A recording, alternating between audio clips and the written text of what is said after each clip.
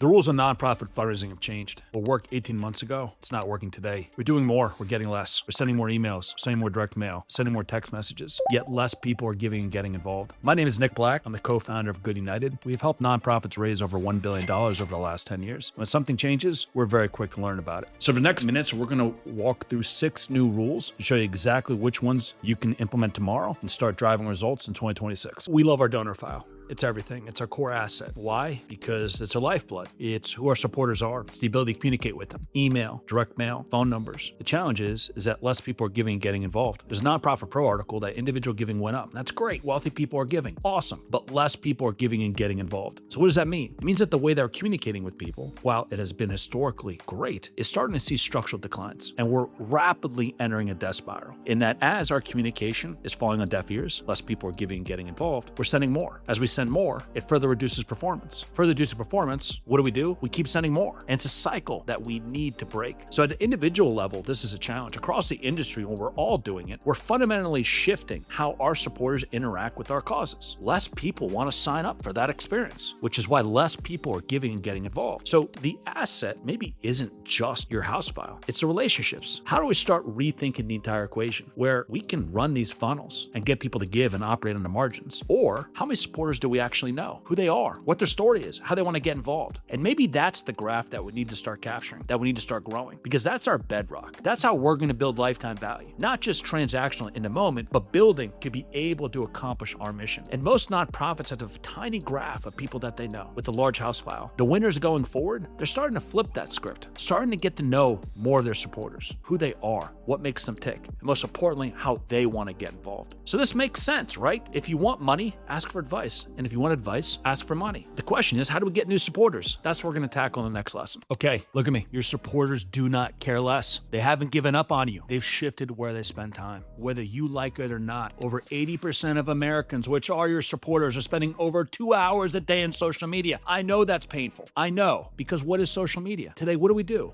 We have a 25-year-old, 26-year-old? They talk at people. We focus on impressions, followers, and likes, and no one cares. I don't care. That's why I co-founded GoodUnited. Social media is a black box. We continue to invest into it. We continue to put work into it. What do we get out? Nothing. Well, the big leap of faith that you have to take is that the powers that be that own social media, the Mark Zuckerbergs of the world, they care more about their bottom line and shareholder value than they do you. And if you believe that, they don't want you to send people out of their network. They want you to keep them there. Why? Because they make money. So what they've done is built and vertically integrate direct messaging applications. Think Facebook Messenger into Facebook, Instagram DM into Instagram, LinkedIn messaging into LinkedIn. So yes, social media is a black box. And yes, you continue to put into it because that's where people are. The key to unlock the black box is direct messaging. And a way to think about it is your website today. All roads on your website lead to an email conversion. Whether you want to give, get involved, volunteer, become part of the mission. What email does to monetize your website is what direct messaging does for social media. If you take away email, what are you left with? Traffic? Who cares about traffic? Website traffic? No one cares about website traffic without conversion. Email is that conversion layer. So what email does for your website, direct messaging does for social. Just turn it on. So my organization, Stop Source Suicide, we've been at this from day zero. 2018, we started turning on direct messaging. In one example, we run a peer-to-peer journey. People want to start fundraising for us. That's awesome. We want to do it where people are, in social. We want to coach them in social. This journey has over 90% open rate and has raised over $600,000. Why? Because it's meaningful, it's simple, and it's where people spend time. Your supporters don't care less. They shifted to social media. It's a black box. The key to unlock the black box is direct messaging. But what to say? We can't treat it like email. People can open what you send them. So next section, let's decide and discuss what you need to put in that first journey. Section 3, M&R is a wonderful agency out of Washington, D.C. They focus solely on nonprofits and they publish a benchmark report each year. So last year, email revenue engagement went down. So what do we do as an industry? We sent more emails. As we send more emails, what happens? Less people open and get involved. We are in that death spiral once again. Now, we all know what the answer is. Let's talk to a fundraiser. If you want money, ask for advice. And if you want advice, ask for money. So how do we think about asking for advice at scale? Well, the good news is you know the answer. Walk up to a human and have a conversation. Have you ever started a conversation with, hello, my name is Nick Black. It's nice to meet you. Will you give me $30? And when they just stare at you, look you in the eye, trying to figure out what's going on, ask them again and just keep doing it. Will you give me $30? Do it. No one does that. So the best part, most beautiful part about relationships at scale is that we can make it simple. Here are the 4 things that we should do. First, thank them. It's that simple. Thank you for wanting to learn more about the organization. Second, how do you want to engage with us? Maybe they're not direct messaging. Ask their email address or phone number or direct mail. Third, ask them their story. Listen.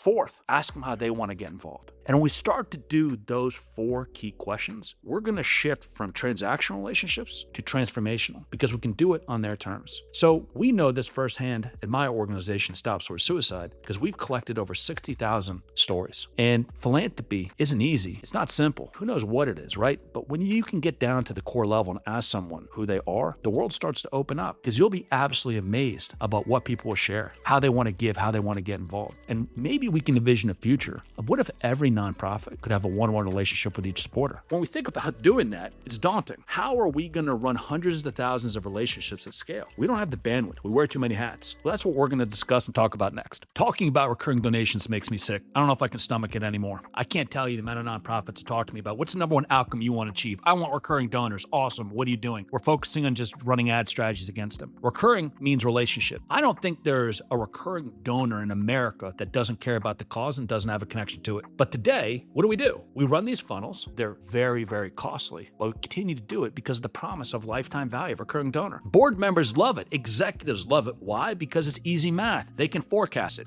What's the acquisition cost? What is the lifetime value?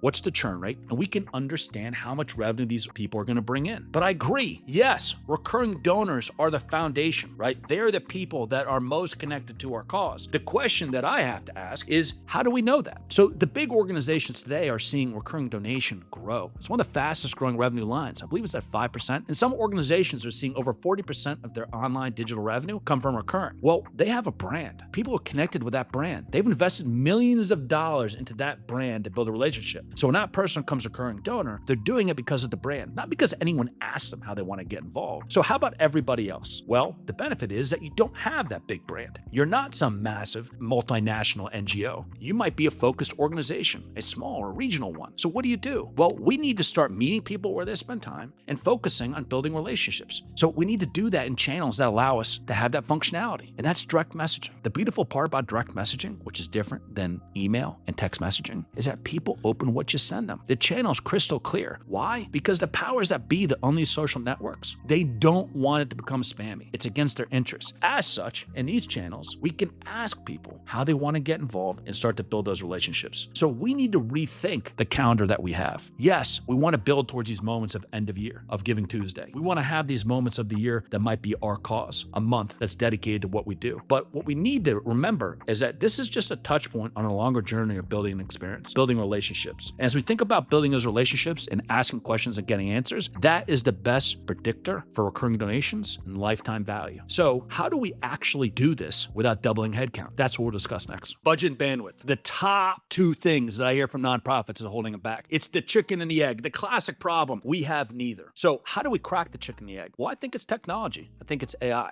And I think what AI is doing is reimagining the experience that we're able to give our supporters. And there's really 2 core ways that AI can be implemented to help us. First is segmentation, second is personalization. So let's take my background. I was the United States Army, right? God bless the Navy, even the Air Force, Coast Guard, you're cool too, Space Force, welcome to the fight. I don't care, right? Like we have a very healthy relationship and I really support the service members. But if you want to meet me on my level, talk to me about United States Army. So when we think about building relationships and me sharing that piece of information, we can start to unpack and start to segment people by like interest. When we start to have segment by like interest, then we can be personalization, not at true scale, right? Or at the individual level, but in groups. So micro segmentation leads to personalization. When we have it more personalized, we get more engagement, more data, which feeds better segmentation, which leads to personalization. And instead of a vortex and a downward spiral of pain and suffering, we have a positive compounding loop. The more information we get, the better the segmentation, it gets better personalization, and things go up and to the right. We did it. So when we think about AI, it's also a great quote that I love to share with our team is from my boy Sun Tzu. Tactics without strategy is a noise before defeat, and strategy without tactics is the slowest route to victory. So at the end of the day, AI is wonderful. But if you're like me, I spend more time sometimes messing with AI than if I just did it myself. You need humans. You need strategy. So what is your solve for that? At GoodUnited, GoodUnited, we've kind of rethought this process. We're not building software, we're building a solution. And I think it's really important because I've yet to find a nonprofit that wants more work to do. So AI is not replacing you. It's replacing the grunt work. It's replacing Excel. It's replacing all of that heavy data stuff that we're not going to really do in the first place. So we know that our supporters in social, we know that we need to build relationships with them. And now we can start to leverage technology to be able to crack that chicken and egg of budget and bandwidth once and for all. So with that answered, right, this engine is real. What does that mean for our future and where do we go from here? Let's talk about it. The nonprofit operating model is splitting into two different parts. We have those that broadcast, we have conversationalists. And I think that the challenge is getting very noisy out there. AI is unleashing a flood of content. Everyone is posting content. The noise is getting louder. The question is, how do you separate the noise from the signal? So we think about broadcast, the work that we're doing today, we're talking at people at scale. Well, we have to compete against one, other nonprofits, but two, other companies and other interests that are competing for the attention of our supporters. And we're trying to beat them running digital funnels to one, acquire them, and two, to activate them. So broadcast is getting more and more difficult as the noise starts to tick up. So how do we separate the noise from the signal? Well, I think what we're seeing is the advent of the conversationalist. And at our fundraising officers, development officers do it today. I've yet to meet the development officer that raises large checks through email. They meet face to face, they have phone calls, they get to know people. And we can't do that at scale. I get it, right? But that's the advent of what this technology, direct messaging, and social is bringing to the table. So when we think about the conversationalist, the difference to me is that this isn't transactional. It's not diminishing returns. It compounds over time. It's a virtuous cycle. And that when we have a conversation with someone, we're creating data and leveraging technology. That data can form and inform a better conversation next. So the more data, the more personalization, which yields more responses, which is more data, which is more personalization. And now we're starting to build. We're starting to take control. We're starting to take command. When we see donor decline, when we see our existing channels coming down, well, the good news is